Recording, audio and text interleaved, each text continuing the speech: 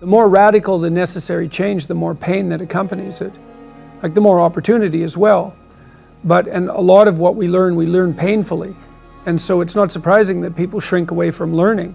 We learn in pain and anxiety very frequently. Everyone knows that. It's like the things that you really learned in life, it's like, it was no joy, man. Like it took you out. And so the fact that people flee from that is hardly surprising. But it doesn't help, that's the thing. It just stores up the catastrophe for later. And so the better idea is to eat a little poison every day so that you don't have to overdose in a month. It's something like that.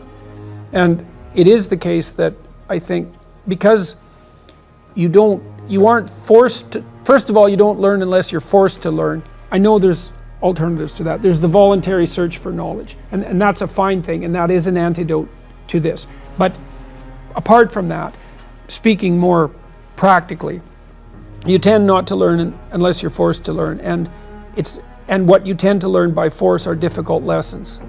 And so people are very prone to not seek that out.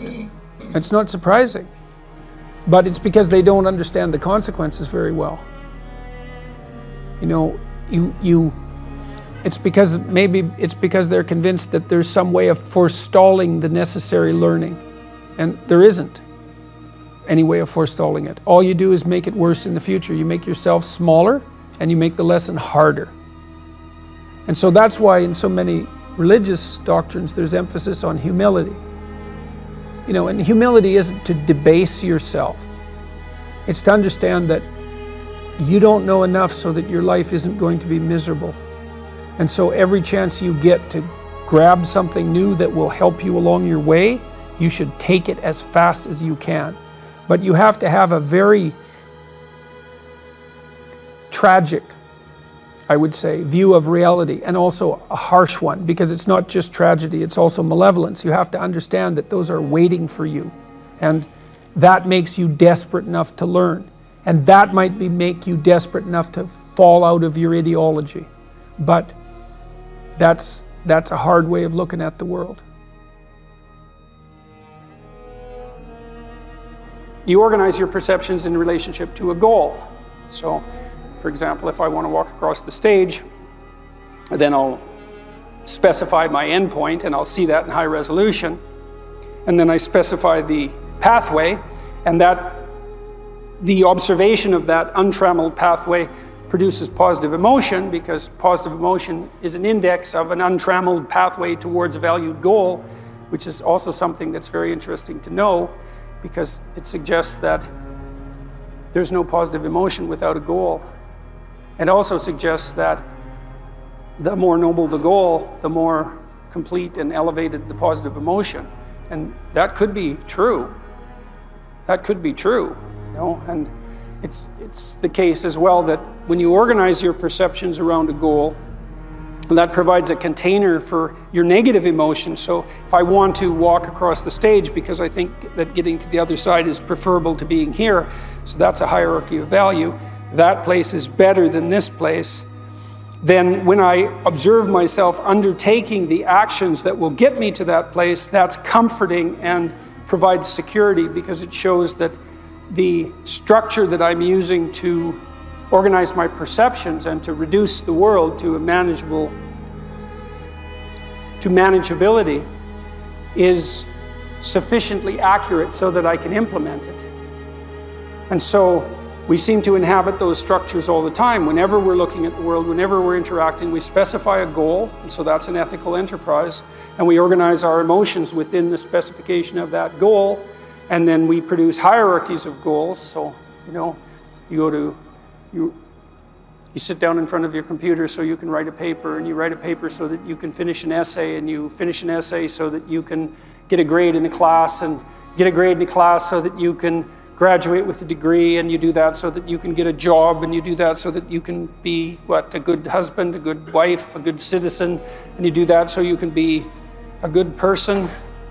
There's a hierarchy of ethic that permeates the entire enterprise, right from the microcosm up to the macrocosm, and I think that's something like the whole landscape of religious value, with the outermost container. So be a good person, let's say, that's the ultimate aim of the religious enterprise. That's something like the imitation of Christ in the most fundamental sense. And all the things that you do within that are a reflection of that, or you're confused and chaotic. And if everyone's doing that at the same time, then you have a society that's integrated and aiming up and capable of telling the truth. So what's the proposition here? Well, I think when we describe these frameworks of perception, the name we give to the description of a framework of perception is a story. And I think the reason that we like stories so much is because we need to establish frameworks of perception in order to operate in the world and to allow ourselves to be integrated peacefully with other people. And so we're extraordinarily interested in anything that has a narrative basis. And the reason we're interested in that is because we're trying to build within ourselves and collectively the structure that enables us to perceive the world without undue confusion and chaos, and in a manner that provides some value to us and some sustainability. That's the goal overall. And that seems to me to be the goal of the entire religious enterprise. And so, is it possible that, well, I guess that's the claim I thought I'd elaborate out a little bit today, is that the Bible is true in a very strange way. It's true in that it provides the basis for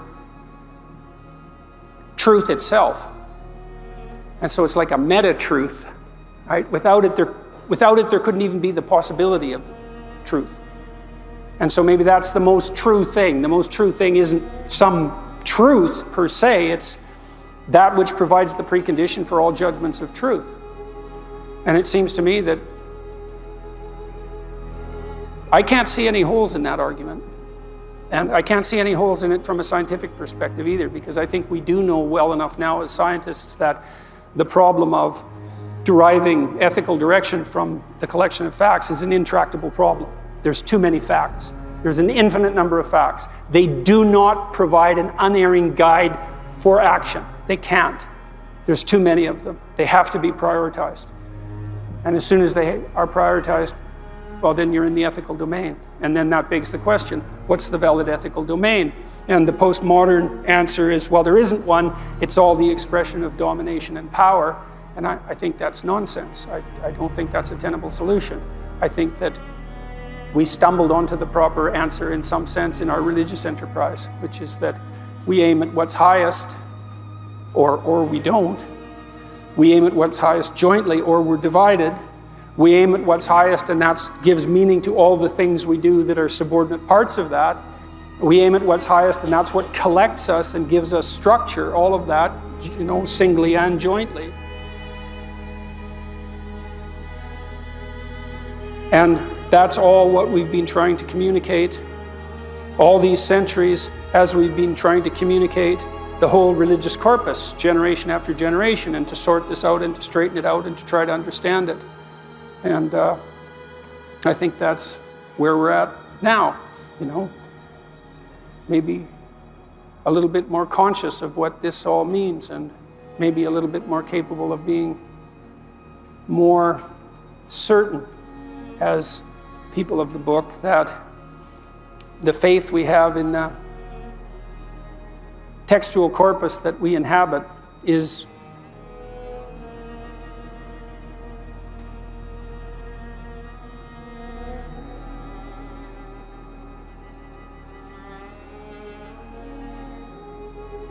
we just haven't done better than that. And we strive to flesh it out, we strive to understand it, but fundamentally, it seems to be true in that fundamental sense that I just described, which is not merely true, but the precondition for truth itself.